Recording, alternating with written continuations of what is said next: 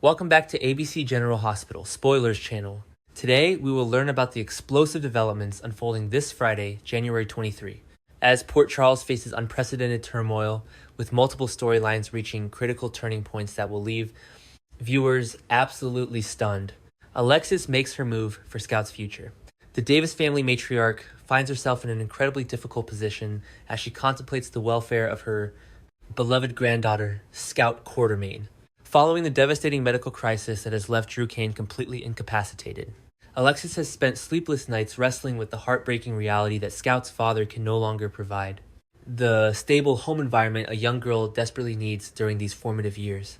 The weight of this responsibility sits heavily on Alexis' shoulders as she prepares for what may be one of the most emotionally challenging conversations of her life. When Alexis finally sits down with Willow Kane, the atmosphere will be thick with tension and unspoken concerns. Alexis will carefully choose her words, explaining with maternal compassion that she genuinely believes Scout would thrive best under her roof during this impossibly difficult transition period. She'll paint a picture of stability and routine, emphasizing how Scout needs consistency, familiar surroundings, and the loving guidance of family who can be fully present for her emotional needs. Alexis will acknowledge the complexity of the situation, recognizing that Willow has her own household to manage and her own children to care for, making it potentially overwhelming to take on the additional responsibility of Scout's daily care while simultaneously dealing with the aftermath of Drew's medical emergency. The question looming large over this conversation is whether Willow will readily agree to Alexis' proposal, or if she'll feel conflicted about relinquishing any connection to Drew's daughter during his time of crisis. Willow's response could reveal much about her current state of mind and her capacity to handle the mounting pressures surrounding her. Lucas delivers devastating medical news. Meanwhile, Dr. Lucas Jones finds himself in the unenviable position of delivering absolutely crushing updates regarding Drew's condition. As a medical professional who has witnessed countless difficult cases throughout his career, Lucas understands the gravity of what he's about to reveal to Drew's loved ones. The prognosis appears increasingly grim, as all clinical indicators point toward Drew experiencing what medical experts term locked-in syndrome, a terrifying condition where a patient remains fully conscious and cognitively aware, but completely unable to move or communicate with the outside world. The horror of this diagnosis cannot be overstated. Drew's mind may be functioning perfectly, processing every word spoken around him, experiencing every emotion. Yet he remains trapped inside an unresponsive body with no way to express his thoughts or feelings. Lucas will likely explain the neurological damage with clinical precision while trying to maintain compassionate bedside manner, detailing how the stroke has severed the connections between Drew's brain and his voluntary muscle control. There may be minimal signs of improvement, leaving everyone wondering if Drew will ever regain even basic mobility or speech capabilities. This medical revelation will send shockwaves through everyone connected to Drew, forcing them to confront an uncertain future filled with difficult decisions about long-term care, quality of life, and what Drew himself would want if he could communicate his wishes. Laura confronts alarming revelations. Port Charles' esteemed mayor, Laura Collins, will find herself blindsided by alarming information that comes to light during Thursday's episode, information that will carry significant implications into Friday's developments. As someone who has navigated countless crises throughout her years in this tumultuous town, Laura has developed keen instincts for recognizing when situations are far more complex than they initially appear. The Drew situation seems to fall squarely into that category, and Laura may begin connecting dots that others have overlooked. When Laura receives her comprehensive briefing about Drew's sudden medical catastrophe and the suspicious circumstances surrounding it, her political acumen and personal experience with Port Charles's dangerous underbelly will likely trigger immediate concerns. She understands better than most how seemingly random medical emergencies in this town often have sinister origins, and she won't be quick to accept the official narrative without asking probing questions. Chase receives professional reprieve. In somewhat lighter developments, Detective Harrison Chase will experience a wave of relief when his partner Dante Falconeri delivers unexpected good news about his professional status. Chase had been facing potential termination following his decision to take extraordinary risks during a recent investigation, choices that put him at odds with department protocol and endangered his career with the Port Charles Police Department. Dante will inform Chase that the brass has decided against firing him, recognizing that despite his unorthodox methods, his actions ultimately served justice and protected innocent lives.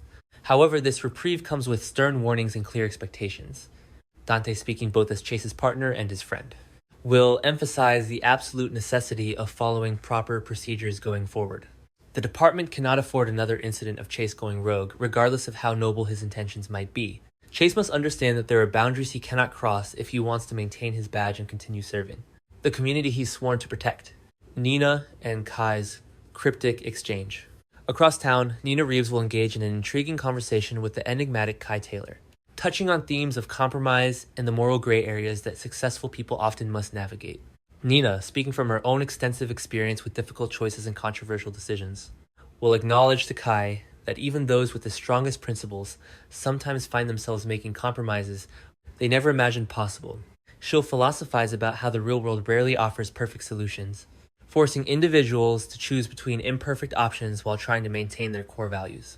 What Nina doesn't realize is that Kai is carefully analyzing every word she says, searching for any indication that Nina knows more about Willow's involvement in Drew's shooting than she's letting on.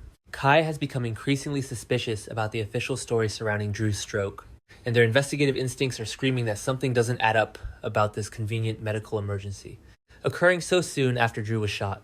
Kai may subtly probe Nina's knowledge, watching her reactions carefully for any tells that would indicate she's protecting Willow or hiding crucial information about what really happened. Carly confronts Britt's intentions. The tension between Carly and Dr. Britt Westbourne is about to explode into open conflict as Carly decides she's had enough of watching Britt maneuver closer to Jason Morgan. Carly has spent years reading people and protecting those she loves, and everything about Britt's recent behavior sets off alarm bells in Carly's protective instincts. She sees through whatever facade Britt is presenting to the world and believes the doctor is reverting to her old, manipulative patterns.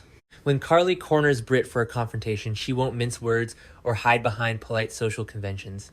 Carly will make it crystal clear that while Britt may have successfully convinced Jason that her intentions are genuine and her transformation is real, Carly remains thoroughly unconvinced. "You may fool Jason, but you don't fool me," Carly will declare with fierce conviction. Her words carrying the weight of someone who has witnessed too many people betray Jason's trust over the years. Carly's protective instincts toward Jason run deeper than romantic history. They're rooted in decades of friendship, shared trauma, and mutual understanding. She refuses to stand idly by while someone she perceives as a threat gets dangerously close to someone she considers family. Tracy's mysterious alibi offer. In a bizarre and unexpected twist, the formidable Tracy Quartermain will approach Jason with a stunning offer that leaves him visibly confused and uncertain about her meaning. Tracy will announce that she's prepared to serve as Jason's alibi for whatever he did to Drew, strongly implying that she suspects Jason orchestrated the stroke that has left Drew incapacitated. Jason's bewildered reaction suggests he has absolutely no idea what Tracy is talking about, indicating he played no role in Drew's medical crisis. However, Tracy's offer raises fascinating questions about what she thinks she knows and why she would be willing to cover for Jason regardless. Does Tracy have information that falsely points toward Jason's involvement? Has she made assumptions based on the well-known tension between Jason and Drew, or is Tracy playing some deeper game, perhaps trying to gauge Jason's reaction to determine what really happened? Tracy's willingness to provide false testimony reveals much about her current mindset and her complicated relationship, with Jason suggesting she views him as someone worthy of protection even if it means compromising her own integrity. Brennan drops deactivation bombshell. The most shocking development of Friday's episode may come when Jack Brennan pays an unexpected visit to Jocelyn, Jax's apartment bearing news that will completely upend her world. Brennan, maintaining his characteristic authoritative demeanor, will inform Jocelyn that effective immediately, she is being deactivated from her covert operational status. This announcement will hit Jocelyn like a physical blow, triggering an immediate and explosive reaction. Jocelyn will absolutely flip out, her shock quickly transforming into anger and confusion as she bombards Brennan with rapid-fire questions, demanding explanations. Why is this happening now? What has changed? Has she done something wrong? Is this punishment or protection? Brennan may attempt to frame this deactivation as a temporary measure rather than a permanent dismissal, potentially explaining that the escalating danger on Spoon Island has reached levels that make it too risky to keep. Jocelyn actively involved in field operations. However, Jocelyn's fierce independent streak and her commitment to the mission will make it nearly impossible for her to simply accept this decision without fighting back. She's invested herself completely in this work, believing she's making a real difference and proving herself capable of handling dangerous situations. Being sidelined now feels like a betrayal and an insult to her capabilities. General Hospital's SpoiIers strongly suggest that Jocelyn will refuse to accept this deactivation quietly, setting the stage for her to potentially take matters into her own hands and continue investigating regardless of Brennan's orders, a decision that could place her in even greater peril than before.